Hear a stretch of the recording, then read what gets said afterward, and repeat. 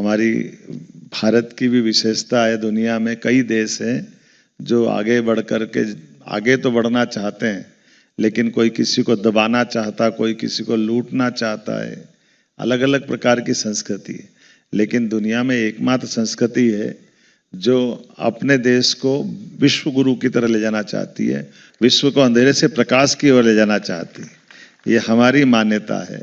उस नाते से मैं, चूँकि आज मैं पहली बार आया हूँ, लेकिन गुरुजी से मैं आशीर्वाद सदैव लेता रहा हूँ। और आज थोड़ा समय की कमी है, लेकिन फिर भी गुरुजी ने हमारे जीवन में जो अपने परमात्मा की दया है, गाय गौ माता भी है, तो हमारे इस देश के वंश की गौ माताओं का जो आनंद है, इसीलिए तो 33 करोड़ देवी देवता का वास है। उसमें आपने 17-18 प्रकार की सभी देसी गौ माताओं की बहुत अच्छी गौशाला बनाई, और न केवल गौशाला बाकी पूरा प्रकल्प।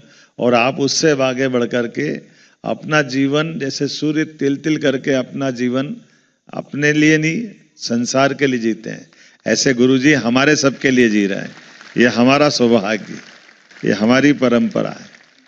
अपने व्यक्तिगत जीवन में हम सब अपने अपने में लगे रहते हैं, लेकिन हम में कहीं विषाद आ जाए, कहीं मन में थोड़ा दुख आ जाए, तो गुरुजी को याद करो तो आनंद से भर जाते हैं। जीवन जीने की सच्चे अर्थों में ये कला सिखाते हैं।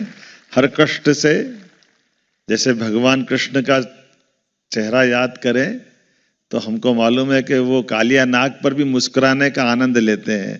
वो भगवान कृष्ण के जीवन की हर पल, हर घड़ी, हर समय, हर कष्ट में मुस्कुराने का जो आनंद है, वो गुरुजी, हमने भगवान कृष्ण को तो नहीं देखा, लेकिन आपको देख के एहसास होता है कि मुस्कुराने का महत्व क्या होता है। मैं मध्य प्रदेश की धरती से आता हूँ, और खासकर उज्जैन से।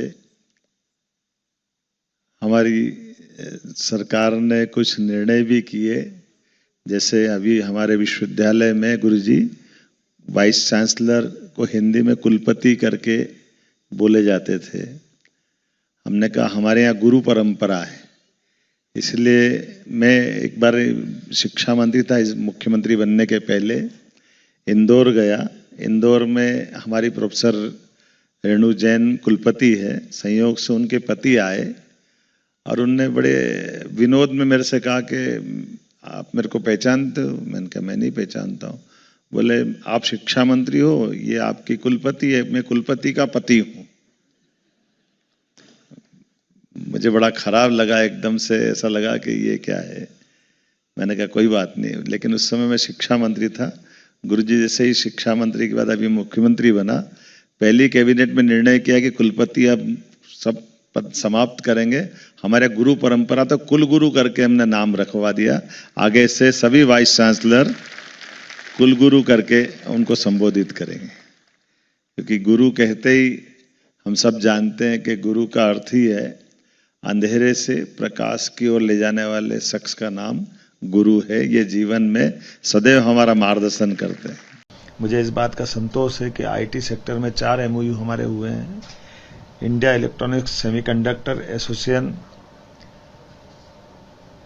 Electronics industry association of India, association of Jio special industry, ऐसे कई अलग अलग प्रकार के एमओयू के माध्यम से ये मैं मान के चलता हूँ कि ये दौरा सकारात्मक रहा है, खास करके निवेश के क्षेत्र में। और जैसा कि हमने माना है कि हमारी कर्नाटक और मध्य प्रदेश की एक तरह से भाई भाई का संबंध है, एक जैसा माहौल, एक जैसा वातावरण, और जिन्होंने यहाँ व्यापार व्यवसाय बढ़ाया है उनको और स्पेस मिले, वो अपने काम को और बढ़ाए, इस भाव से हम यहाँ आए हैं। मुझे इस बात का संतोष है कि कुल मिलाकर के लगभग 3200 करोड़ से ज़्यादा के निवेश के प्रस्ताव और लगभग 7000 से ज़्यादा लोगों को रोजगार मिलने की संभावना का एक अनुमानित आंकड़ा हमारे को मिला है।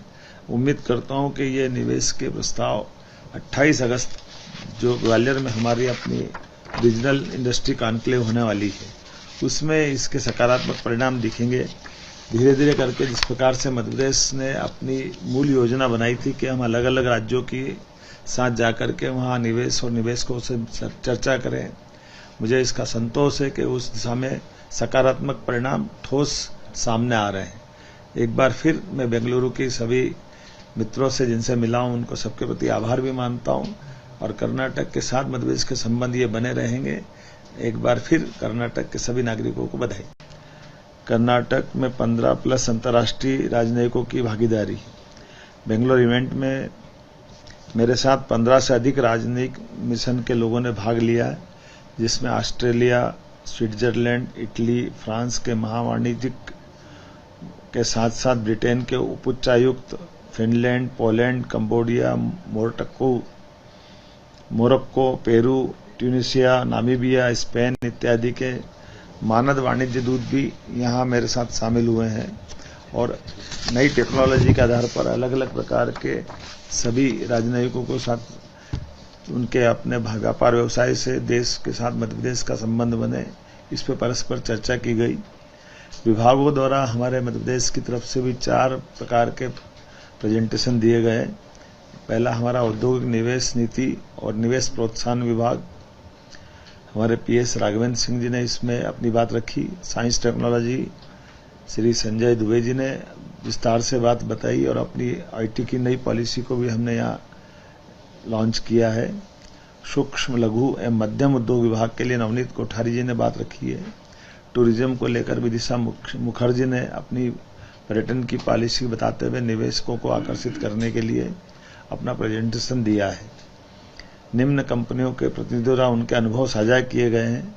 मणिपाल ग्रुप के पद्मश्री श्री मोहनदास पाई ने अच्छे से अपने विचार साझा किए और मध्य प्रदेश में बड़ी संभावनाओं पर विस्तार से बात की है। Shiv Venkataramani, chief operation officer Lapp India, Siddharth Sethi, MD Infobeans ने भी अपने विचार व्यक्त किए हैं। 5 राउंड टेबल बैठकें की गई है, जिसमें space technology, NASSCOM, global capability centres, GCC, IT, ITMs इत्यादि सेक्टर पे भी बात हुई। अप्रैल इंडस्ट्री सहित 5 राउंड टेबल की बैठकें बड़ी अच्छी हुई है। पूरे आयोजन में 500 से अधिक प्रतिभागियों ने अपनी भागीदारी की है। कर्नाटक राज्य और आसपास के निवेशकों के माध्यम से ये सहभागिता हुई है। 30 से अधिक उद्योगपतियों से 1-to-1 मीटिंग की गई, जिसमें Lapp India private limited, Reliance consumer products limited, एन India, Google, DHL global, tech Mahindra, Groww, Microsoft, Kaynes technology, AGI, Glaspac एवं किर्लोस्कर सिस्टम प्रमुख है।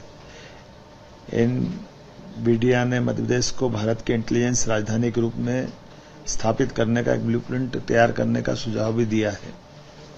गूगल क्लाउड ने कुशल कार्यबल को बढ़ाने के लिए मध्य प्रदेश में startup hub centre of excellence की स्थापना का प्रस्ताव दिया है। 10 से अधिक औद्योगिक संगठनों के प्रतिनिधियों ने सहभागिता की है। NASSCOM, confederation of India industries, CII, ISA, एक्लिना, TiE, CIEMI, KASSIA, federation of Indian export organisation, apparel export promotion council और federation of Karnataka chamber of commerce आदि के प्रतिनिधि इस पूरे आयोजन में शामिल हुए हैं।